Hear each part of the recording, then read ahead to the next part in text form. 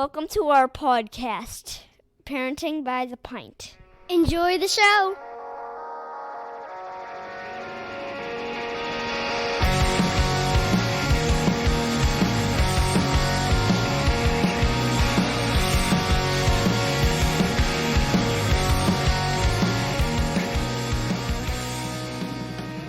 Greetings, Minivan Mafia. Lauren and I are longtime friends from Chicagoland that love getting together to chat about life, kids, family, and beer.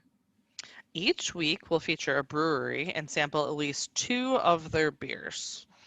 We'll also discuss a variety of topics ranging from parenting, pop culture, travel, marriage, and just about anything else that comes to mind. Welcome back, everybody. Here we go. Oh, yeah, we're back Hello. again.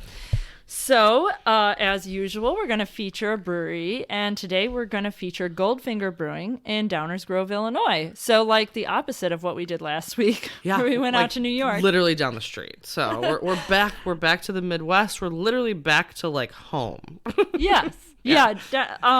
The fact that I've never actually visited Goldfinger is almost as surprising as how it took us this long to drink their beer on the podcast. Literally, I was at the bottle shop and I'm looking around. I'm like, oh, and I had to like triple check to be like, how have we not drank this yet? How? Yeah. At this point, Lauren and I have to be very careful, and we have a spreadsheet of topics and breweries. So that we can double check that we don't overlap too much with conversation, but also that we don't hit a brewery that we've already had before. Will the day come where we will repeat a topic or a brewery? Yeah. I don't know, probably. Yeah. Because eventually, Lagunitas is going to put out Willowtized again. And Guess we're what gonna they drink did? it. They Yeah. are. And I'm going to drink it on this podcast for when we sure. have our barrel-aged episode. Yeah, for sure. So But- it's going to happen. But we have yet to drink or talk about Goldfinger. So it's time. Here we go. So It's here we time. go, Goldfinger. We're going to drink their pills. Yeah. Of course we are.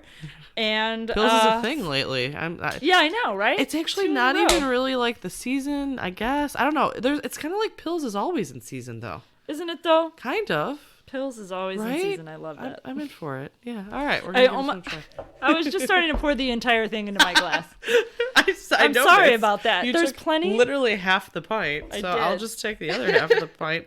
I know last week we were all about the Pills. Yeah, we drank the whole thing. And I right? think that I was just like, I was talking while I was pouring, and I just kept pouring, and you kind of started looking at me, and I was like, oh, I'm still pouring Oh, this wait. beer. I have to share this. Oh, I should give her sorry. some and not drink all of it myself. That's the plan. Yes, I would like to try. You're try welcome. this. Yeah. Much appreciated. So let's try the pills, and then we'll talk about Goldfinger. Yeah, for sure. Okay. So a little milder flavor than that photo-aged one that we had, Which makes sense. but a little bit sharper on the aftertaste, in my opinion. It has a little bit stronger aftertaste. It's a very different aroma than Yeah. the other one too. It's definitely it's got a maybe a little bit brighter, like more florally on the aroma. I don't know. It's got a little bit more What something. is that? I'm trying to place it. I keep smelling it. I know, Which is like- bad for a time when you're supposed to be talking. Yeah, my nose is all in this glass. But anyway, I'll nail it. We'll I nail feel it. like it's a little bit drier. Yeah, that's on the it. taste I buds. think that's it with the flavor. Yes. Oh. It's good. I mean, it's a solid, like, this is very much a good, solid Pilsner. It's just by comparison to others, it's a little bit on the dry side to me. Yes. But that might be more of kind of that German, real strong style, which is very much what Goldfinger is. Polish, German. Sure. They're very traditional in the way that they brew and what they brew. I mean, they're predominantly a lager brewery. Like, Right. It's all that it's mostly what they do. Yeah. Well, I think the positive of that, and I know you're going to talk about Goldfinger here in 1 minute, but I think the positive of that is that it allows you to perfect these beer styles. And I like when breweries do that.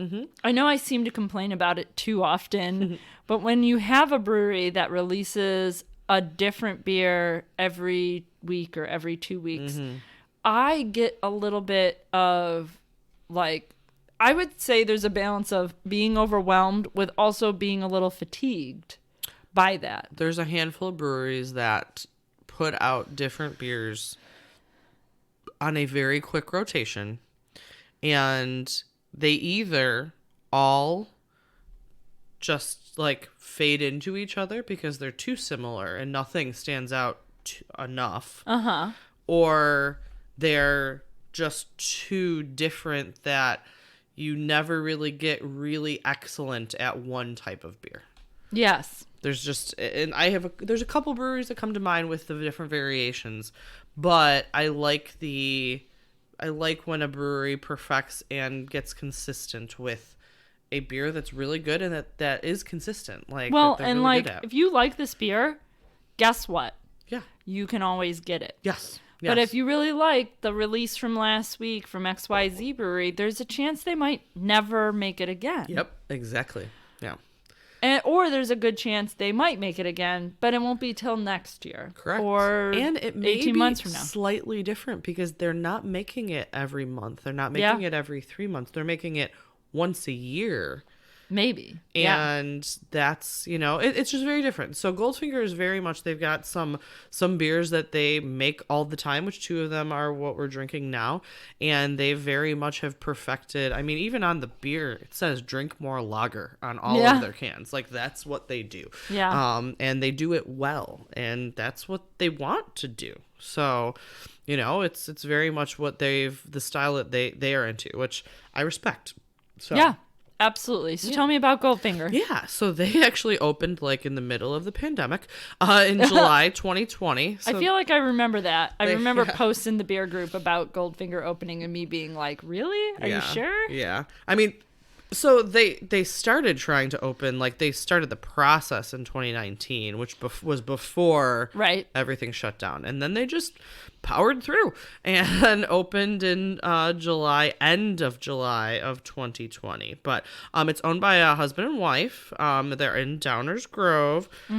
He started brewing at home kind of for fun, like a lot of people do.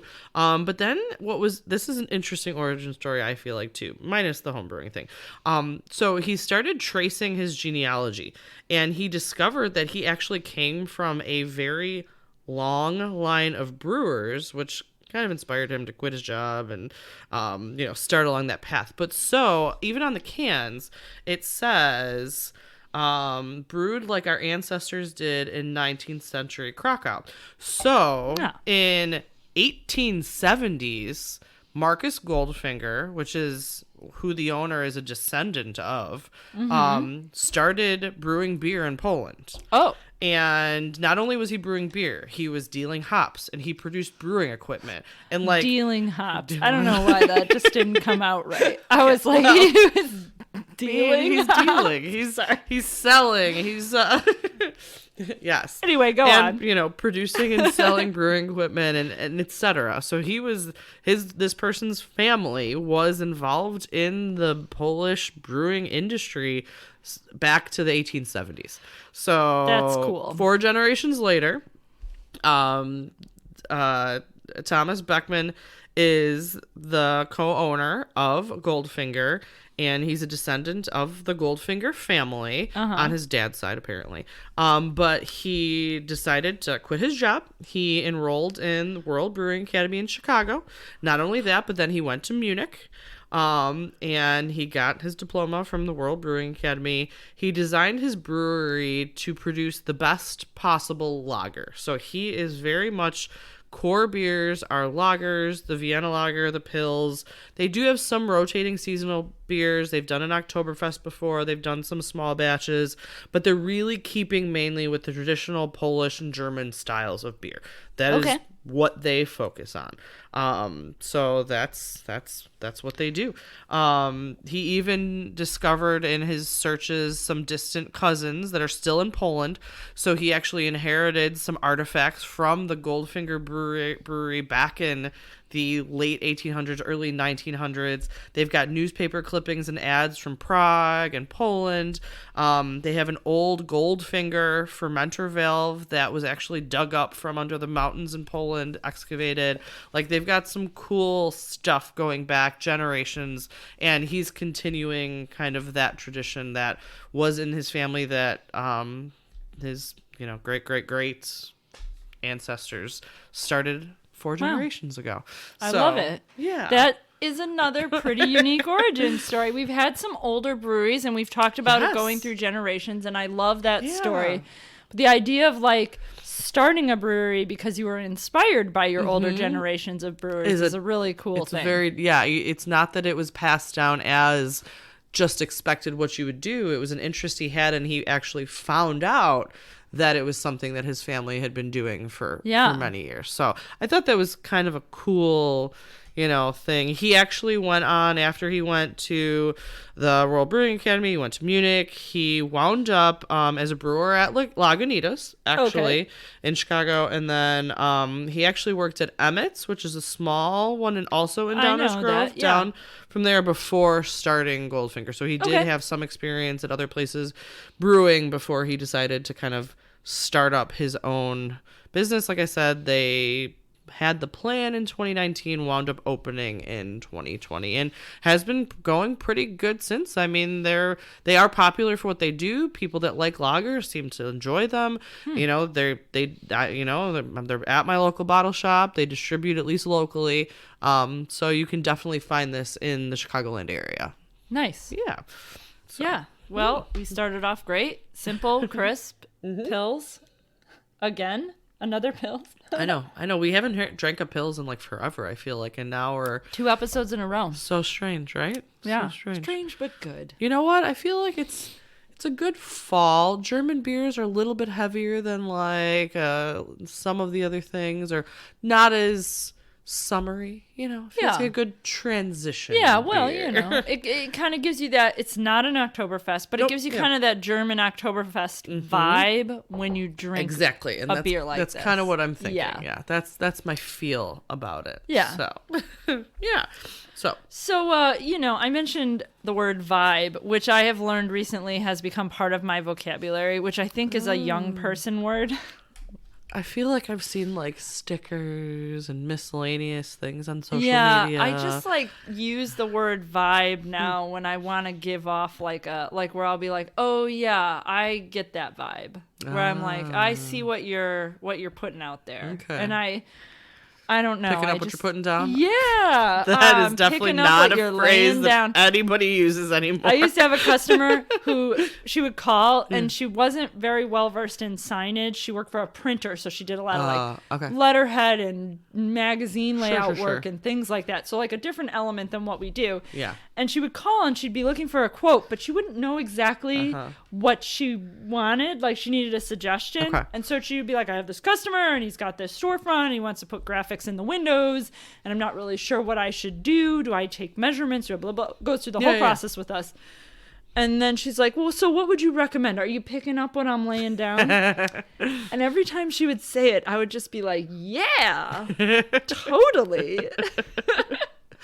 I haven't heard someone say that in a very long time, but I feel like that's exactly what the vibe. Are you picking up my vibe? That exactly. I just feel totally old, but that's same. What the new. So let's talk about vibes with teachers. So that's where I'm going with that. All right, so we've talked about teachers before, you guys. Yes. The good, the bad, the ugly. We're not going to do that. No. We're not going to talk about what we liked about teachers growing up or anything like that. I'm just going to talk about, what has our lives with communicating with teachers, with interacting with teachers, what have our experiences been in that way? I tried to think of experiences I had when I was a student. I don't have a lot of it. I know that I had teachers, especially like if you want to go to when I was a young adult or a high schooler, we definitely had teachers that treated us differently.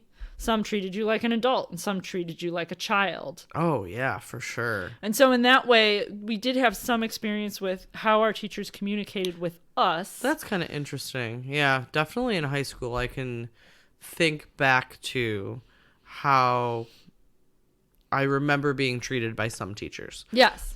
And that's interesting. It almost kind of goes with the whole parenting style we talked about a little bit last time, where their teaching style sometimes also has that element of, it's not like how you instruct students so much as how you treat students. Yeah, how you interact with them. Yes. Like, it's a very different... Yeah, and thinking back to different teachers, they had vastly different styles of interacting with children. And I would imagine in high school they interacted less with parents, at least in my recollection as a elementary schooler. I don't know, maybe I was just an angsty elementary schooler. I remember disliking a number of my teachers. Yeah, that too. And it's one thing I will say about my kids now is that I don't have a lot of experience with my kids actually disliking their teacher. Mine actually have, even if I haven't loved the teacher, and typically my reasoning for not liking the teachers at this age is the lack of communication home. Yes. But my kids don't care about that. They have generally liked all of their teachers so far.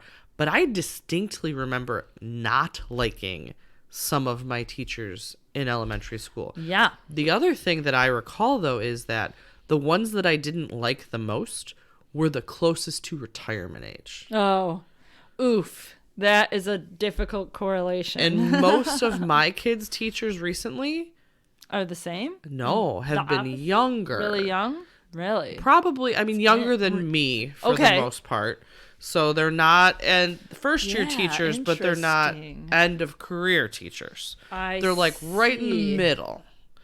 So well, the only negative teacher experience I've really had with my kids was my son, and I don't want to dwell on this, but my son had a teacher who either wasn't great with discipline or just, I don't know, had something else going on that was making it difficult for behavior issues in the class. Because my son was a student who got sent to the principal a couple times, and I couldn't figure out if he was actually being poorly behaved or if she just didn't really have a good grip on behavior issues. Or the classroom as a whole. Yeah.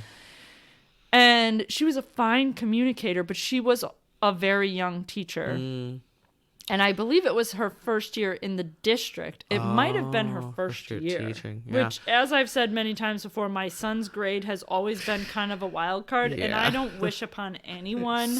So as a first-year teacher, that would definitely be a challenge, I would guess. So I kind of gave her a lot of grace because I was sort of like, well, she's probably dealing with an overwhelming amount of drama with these kids because they are all dramatic. Yeah. On top of being new. And so I kind of let it slide, I guess I would say. Yeah. And I also will say that even though in retrospect I felt like we had our struggles with her, I didn't really feel that way at the time. It was sort of a reflecting back realization. You were also just trying to get through that year probably at some point. My son had his own struggles, and that was the year where the kids got sent home. Oh, yeah. So that, complicates things. Yeah. Our kids have gone through an interesting few years.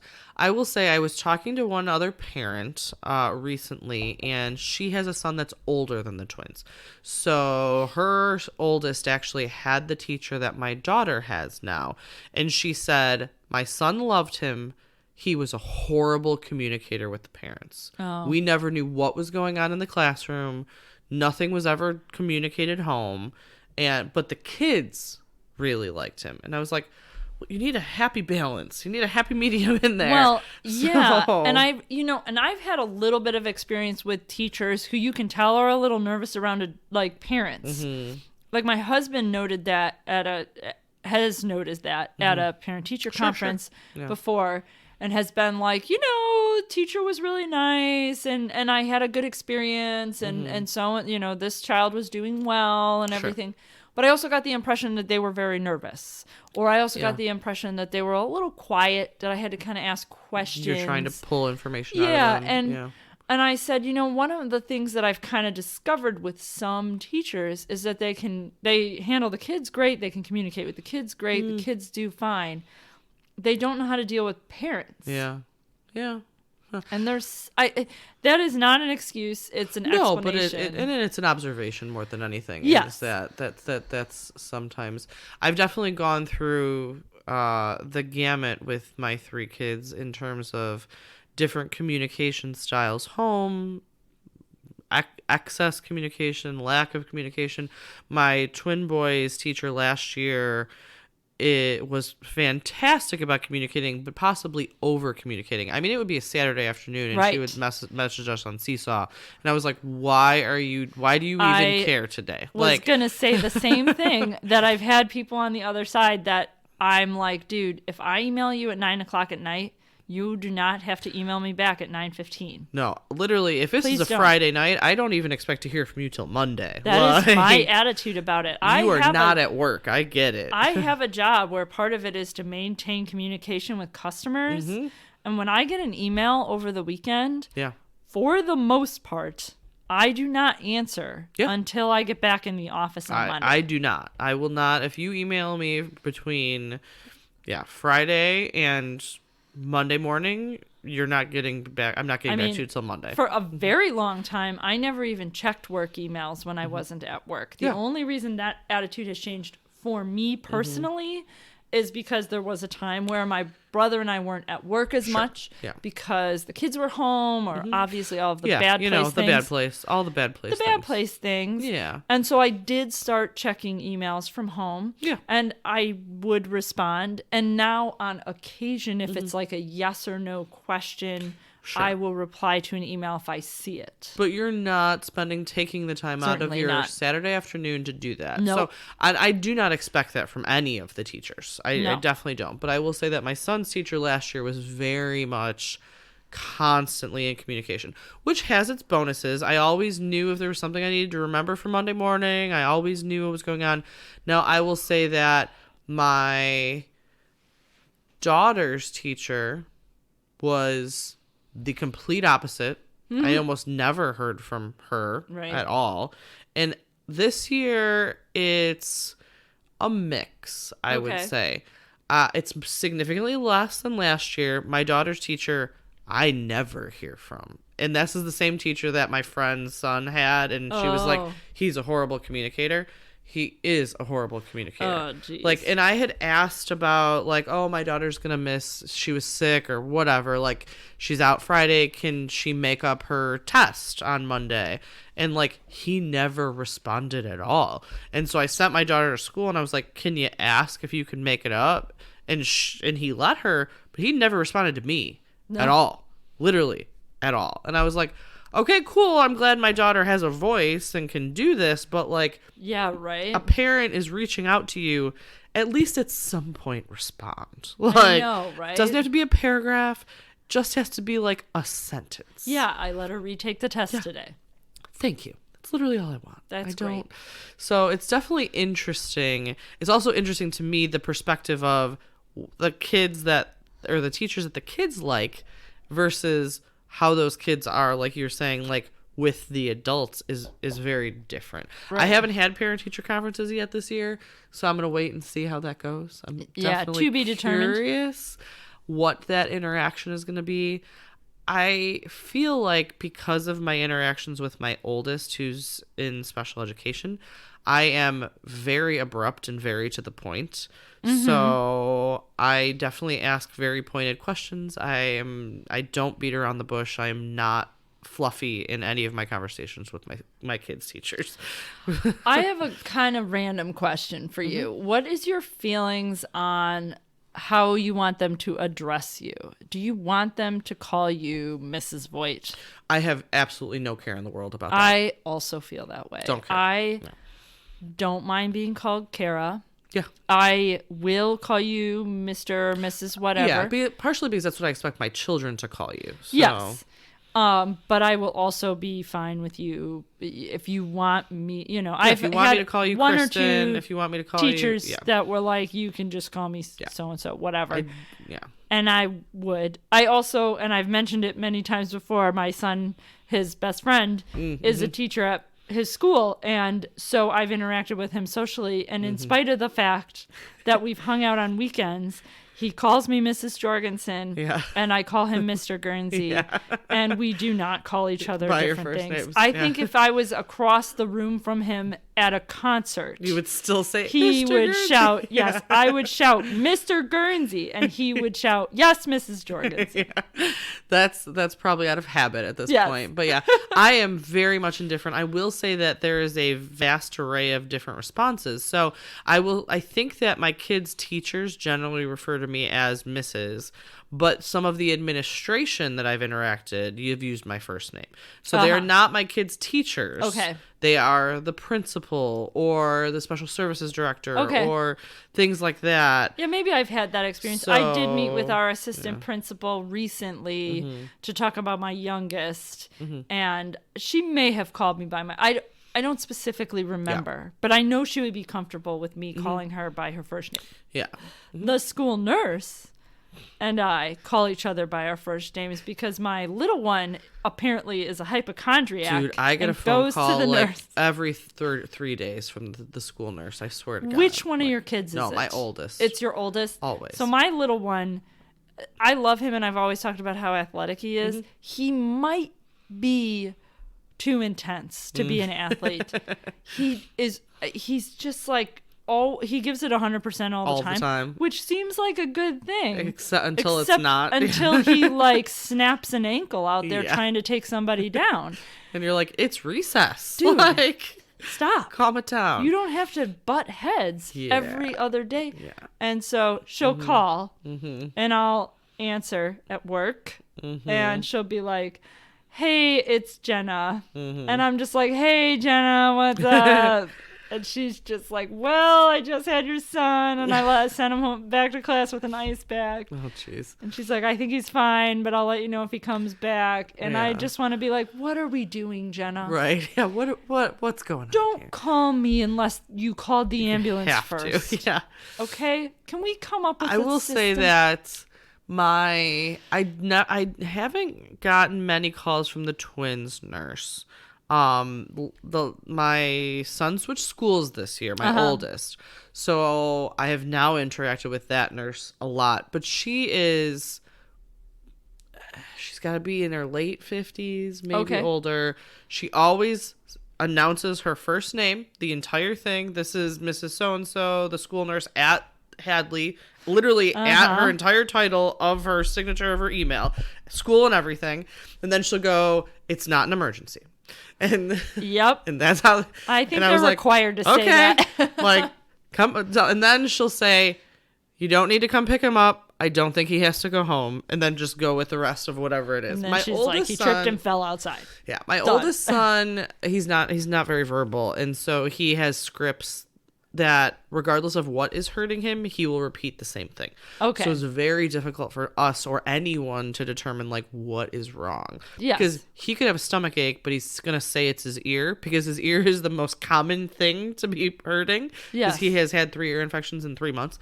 So it's usually his ear, but he'll say it even if it's his stomach or his foot or his head or who knows what. So it's always a mystery. Oh, man. What's actually bothering him. But he keeps complaining, and me and the nurse and his teacher have all decided, we had this conversation today actually, that he has determined if he complains enough, me or my husband will go pick him up from school. Oh, and man. so today I was like, I'm not coming to get him. Like, send him back to class, give him a snack, let him sit in the corner of the sensory room for a while. I'm not coming to get him. They've put my son on the phone with me. Now, I know it's a different situation because I could talk to my son and be like, what's going on? Yeah. I've had them put me on the phone, and I know I'm on speaker. Yep. So I'm trying to be cool. Right. Because if I wasn't on speaker, It'd be a different I'd conversation. say something else. Yeah. But I'm like, dude, get it together. Yep. Go back to class. You're fine. Yep. I will pick you up at the end of the day, which is 2 hours from now. You can last until then. Quite literally, yes. Go back to class. Yeah, that's essentially what I told his teacher today and the nurse. And even the nurse was like, no, he doesn't have to go home. And his teacher was like, we don't want to send him home because he may be nonverbal and he definitely has cognitive delays. But once he understands that he gets a reaction from something, he's going to keep doing it. Right. He has the ability to learn. Yeah. So I think that now that we've done this like 2 Fridays in a row, I'm fully expecting him tomorrow to get a call. And I'm going to be like, I'm not coming to get him. If he's not bleeding, if he's not broken, I'm not coming to get him. He's just going to stay there all day. Like, Yeah. not dealing with it. I would say that the nurse actually communicates the most with me of all everybody. That's so funny. I feel the same way, though, which is crazy. I never Yeah. really thought that. But now, this school year, my son, Yeah. it's like every day in PE. Yeah, something happens. I'm Something. like, she's like, oh, he ran into another kid. And here's the crazy part, Lauren. Yesterday, he's showing me this little tiny baby-sized scrape on his knee. It's like a half an inch. It's so little. Oh, gosh. It's not bleeding. Sure. It's it's barely a scrape. Okay? And he's like, oh, man, I scraped my knee really bad today. Check it out. And he shows it to me. And I go, Where? I can't even see that. I'm going to have to get the magnifying glass out. What's going on? And in the process of looking at his knee, he has a massive bruise on his shin bone. Like huge. Like 4 inches long and like 2 inches And you're like, wide. that It's like- should hurt. It's like his entire little my shin gosh. is black and blue. But it's this And I tiny go- little... Yeah. I go, what happened there? Yeah. And he goes, oh, I was doing the monkey bars at recess, and I swung for the platform, and I missed, and I banged my shin on the metal platform, and I was like, ow. Yeah. And I reacted by being like, oh my, that sounds Yeah. terrible. That sounds way worse than this tiny scrape. Did you go to the nurse? Yeah. And he goes, no, I was fine. And I was like, okay, I don't want to tell you what to do, but that warrants an ice pack. Yeah. Not those reasons you usually give me for a visit to the nurse. What is going on, man? The irony, right? The irony. I don't want to stop playing with my friends, so I'm not going to complain is what that one is. Yes, because it was But- at recess. Right. But Now if it's at in PE, because I and- get out of the rest of it I know. by going, our kids, they definitely. So the other day, I threatened to not sign him up for sports anymore because I was like, you obviously can't handle it. Right. If you keep going to the nurse. You keep getting hurt. I don't Yeah. think you should do sports. And he was kind of like, whoa, whoa, whoa. Let's not jump to any conclusions. I'm going to be a soccer coach. Yeah, I can't have never played let's soccer. talk about this a little bit more. Yeah. So I think he's going to try to tone it down with That- the nurse visits. That makes sense. That definitely I hope makes that's sense. the lesson. Yeah, I like that. I'm curious how parent-teacher conferences will go. I will say that communication is strained with my oldest. I'm gonna rant briefly for a minute. Please feel free. So obviously he's autistic. He's in a special education classroom. He's in a new school, new teacher, new everything. Just because he moves up to middle school at this age. Right. So the nurse calls me one day and says, not to be alarmed, but your son has a Band-Aid on his arm. He got bit by another student, Oh. which I know they can't tell me the student, and I know they can't really give me a lot of Right. information. I get it. Okay, fine, thank you, appreciate it. He comes home like punctured skin, Oh. he got bit. So I email the teacher, and I'm like, can you tell me, was this an altercation? Was this something that my son started? Is there something that needs to be Like discussed? some background. I don't need to know who it was at all, but I want to know, was my son What at fault? happened? Was there something we could have prevented? What do we do next? Yeah. Okay. How do we move from this? No Like- response from the teacher. Response from the vice principal, giving me the schedule of the kid's day in one sentence stating, your son didn't instigate it. And that was it. That's all I got. Oh. Okay. So then there was another thing. My son came home with completely different clothes than what he was sent to school in. No explanation, no call, no anything. I emailed the teacher. I'm like, what happened here? No response, no anything. Another parent tells me, oh, the teacher's on leave. Okay. What? No idea who the substitute is. No notification from anyone at the district that a special education class with a bunch of nonverbal kids has a substitute, which legally, after 4 weeks, you're required to tell parents of the substitute and what their qualifications are. My district didn't do that at all. Ooh. So I sent a long email about my concern of the lack of communication in the district, sent it to the dean of students, the principal, the district special services coordinator, and the teacher, who is apparently on leave, so probably isn't going to get it. No response from the principal. No response from the dean of students. I finally got a response from the director of special services saying, I can tell you're frustrated. Please set up some time to give you, let's talk about it. Great. In the meantime, I emailed the principal and said, can you please tell me when you're available to have a phone call? I work full time during the day. I can schedule time, but I need to know. To this day, this was about 5 weeks ago, never got a response from her. Whoa. Ever.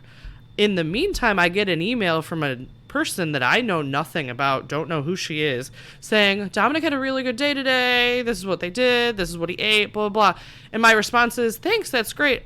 But pardon my ignorance, who are you and why do you know so much about my child's whereabouts? Oh, I'm the substitute. So they pawned off communication from nobody at the administration to this poor substitute teacher. Nice. Who emails me, who I didn't even know their name. No idea who this person was. Nothing. And I said to the special education people, I'm like, these kids can't verbalize what their day was. Yeah, you can't ask him what happened. I can't ask anyone. My daughter had a sub for 2 weeks because her teacher went on paternity leave because his wife had a baby. They sent out on letterhead an email. Like, they sent out who the substitute was, how to get a hold of them, what their email address was, what their phone number was.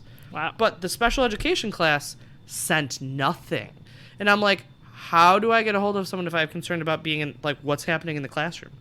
The vice principal isn't responding to me. The teacher's not responding to me. Nobody's responding to me. And I don't even know who I can contact. So do you still not know what happened on these occasions? I finally know what happened on those occasions because the teacher finally came back from leave and called me.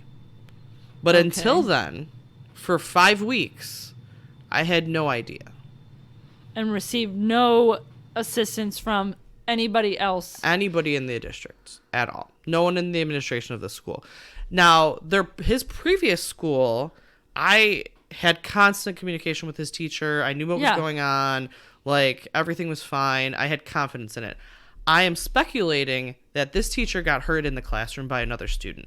Okay. She came back the day that a student was outplaced permanently somewhere else. Okay. And that's it. What happened? I don't need to know, and I don't care to know. I just wanted to know who was supervising my child for the last 5 weeks.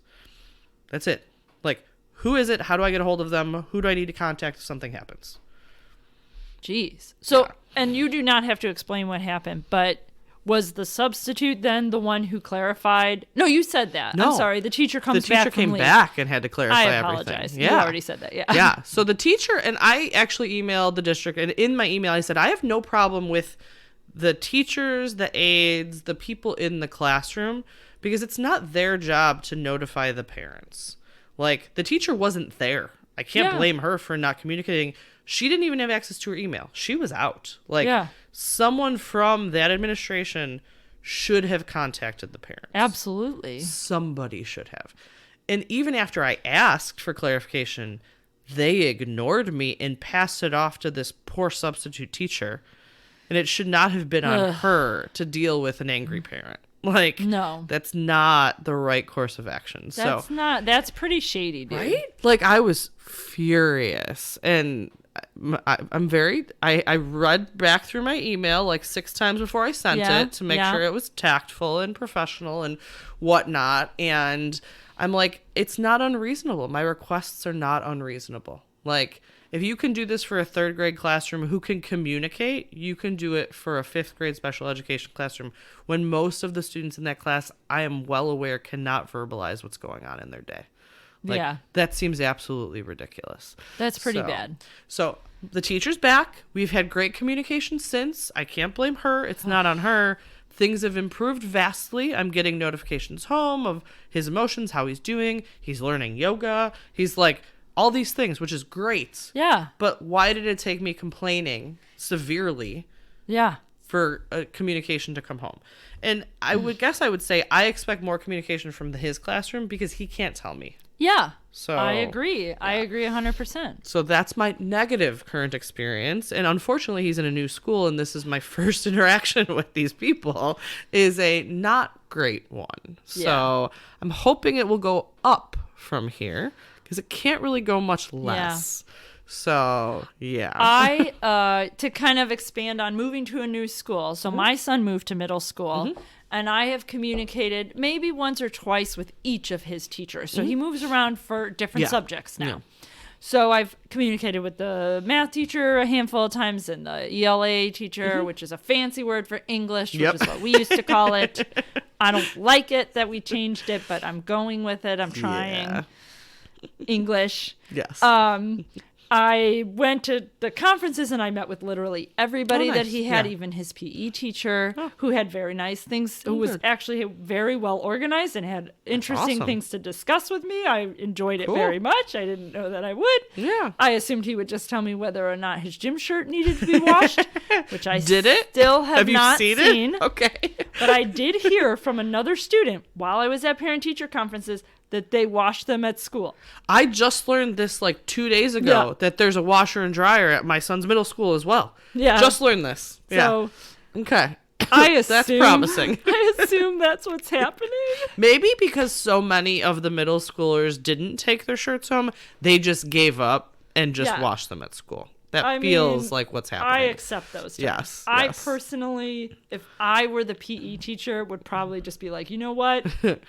Let me just do a load of shirts right now. Yeah, I mean, if you fair, washed fair. everybody's shirt from the last class right before the next class Mm-hmm. started, and you put that one in the dryer when you threw in the Feels- last class, feels- you could, you could Better than a kinda- bunch of, especially at their age when they're like, their perspiration is there. Not everybody's Yes. at the point where they wear deodorant. Things are Right. like, it's not a good time. It's not a good I time. can't imagine. It's Yeah. got to be disgusting. I can't. Yeah. I mean, I can barely handle the Washer and dryer situation I have in my own home. Yeah, probably a good call. But yeah, I just learned that our middle school has one too. So Yeah.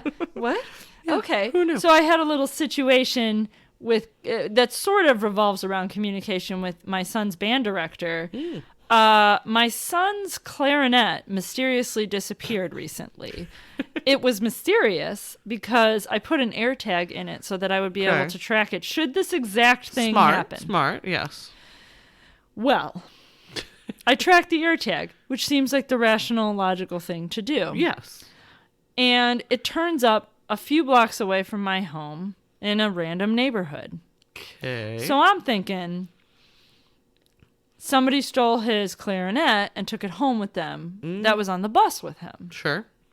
Reasonable. I'm guessing. Yeah. I'm like, well, either that happened or maybe, and this is the very optimistic perspective, the bus driver stumbled upon the lost clarinet, took it home for the night Yeah. to bring it back to him the next morning, which ultimately is what happened. The clarinet got returned to my son by the bus driver the Okay. next day. So it's possible the bus driver did grab the clarinet Sure. and Took take it it home in instead or of leaving dropped it on it the at the bus, or district, who knows? Yeah. Yeah. knowing that he would return it to my son. Yeah. One of the lessons I learned from this experience was to label my son's clarinet with my phone number, which I did, because Oh, yeah. Good call. if that happened, someone could have called me. Yes. And then at least I wouldn't have had to spend the whole night of Halloween Oh, of course. wondering timing. if it was getting kicked around a neighborhood by a bunch of trick-or-treaters. Where the heck this clarinet Yeah, is. exactly. Okay. So I immediately put a label on my son's clarinet that has the last Good name idea, and my yes. phone number on it should anyone need to call me. As much as I love giving out my phone number, I think this one has to happen. This one seems valid. Yes. Now, I emailed the band director and was like, the clarinet is lost. I don't know where it is. I tracked it. I went to the neighborhood where it was. I knocked on someone's door like an idiot. Yielded no clarinet from the experience, and it was awkward. And I'm an awkward person. This So is it's widely known. extra awkward. Yeah. So it was awkward. Okay. How long do you stand and knock on a stranger's door before you give up and leave? I Asking waited for a a really clarinet, long yeah. time because I felt like that was the right thing to do. Oh, okay. So you emailed the So I teacher. emailed the teacher, and I'm like, well, he didn't do his homework tonight Yeah, we don't have a because we clarinet. lost the clarinet. Yeah. I don't know what to tell you. And she responded in the morning, I will check with the office, once the kids are back in school. Yeah. Okay, great. So I email back later in the day, and I go, thanks a lot, just let me know. Yeah. And she emails back right away and says, he had his clarinet in class. I assumed he found it. Okay, great. Where did it magically come from? And I tracked the tracker again. Nope, still in the middle of nowhere. It's not in the clarinet. I mean, it's not in the clarinet. Where did it go? Where did it go? I don't know. Here's what's really going to bake your noodle. How long has the tracker been where it's at right now? That's a really good question. Because as far as I know, it's been there at least since Monday, since Halloween. Sorry, you guys were recording a few days after Halloween. But when did it get to where it's at? How long has it been there? Right. Because I only know about that period of time.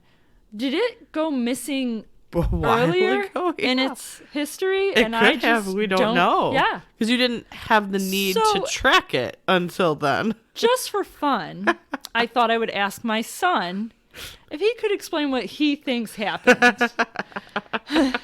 Which was a complete waste of time. But why not, right? What do I got? Sure, All why I got not? is time. Let's see. Let's hear the story.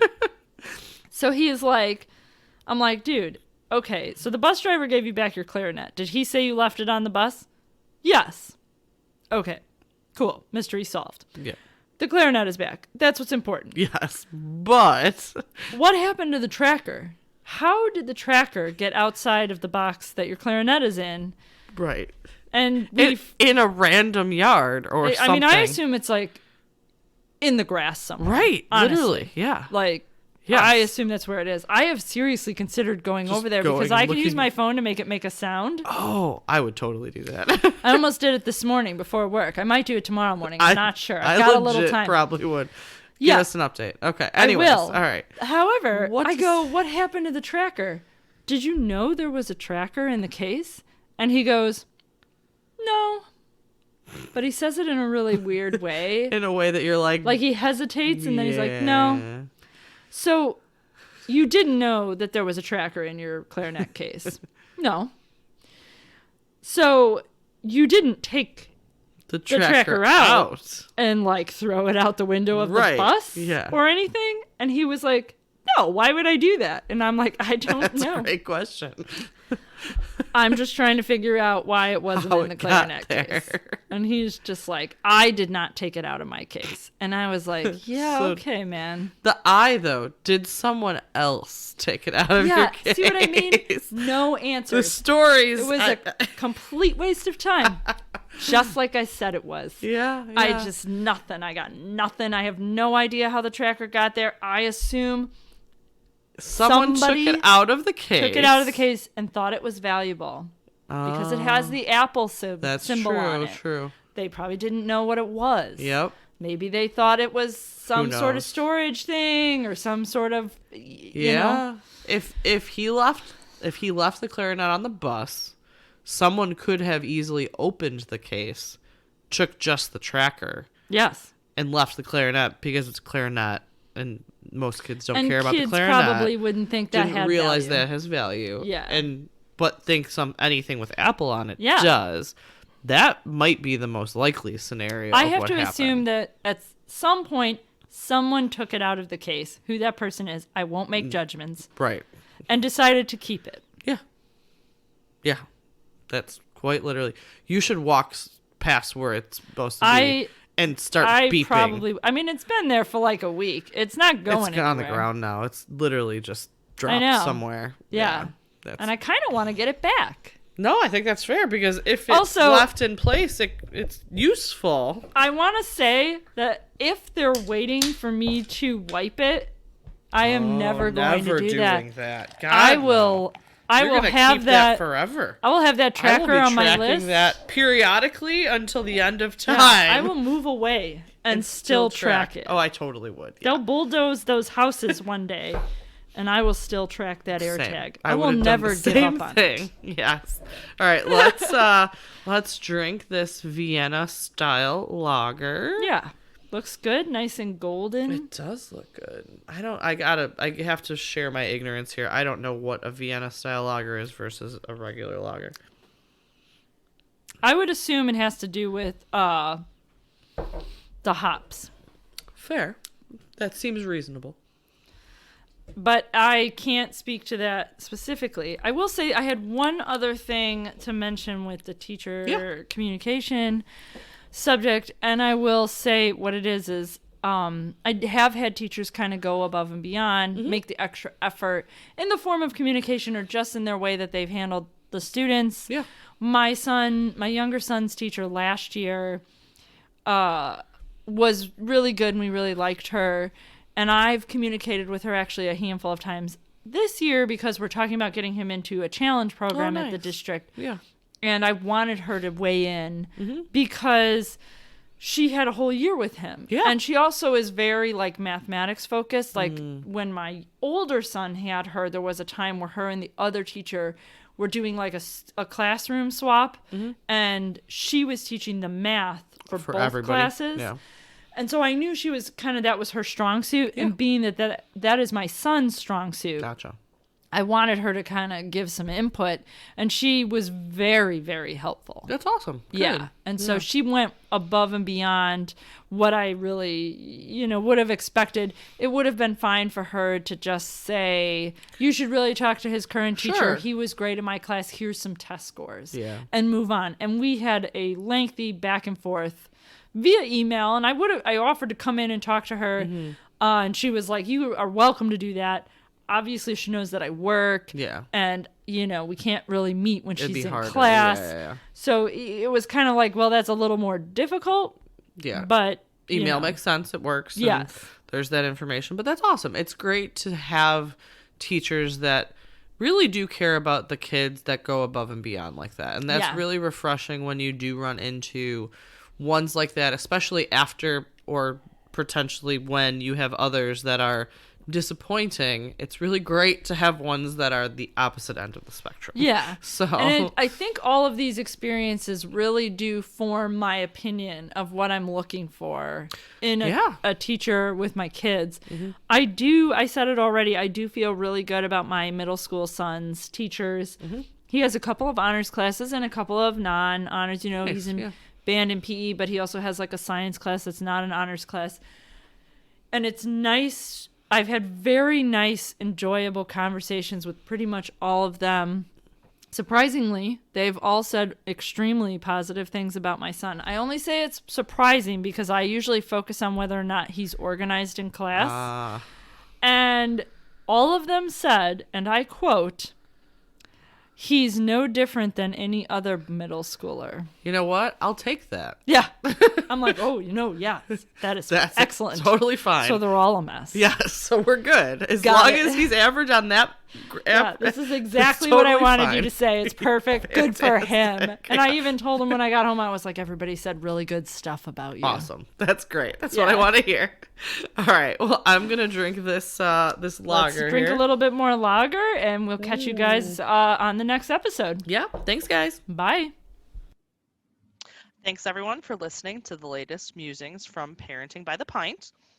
Be sure to find us on Facebook, Twitter, and Instagram, and make sure that you rate, review, and subscribe to us wherever you find your podcasts. Have a great week, and cheers to you all.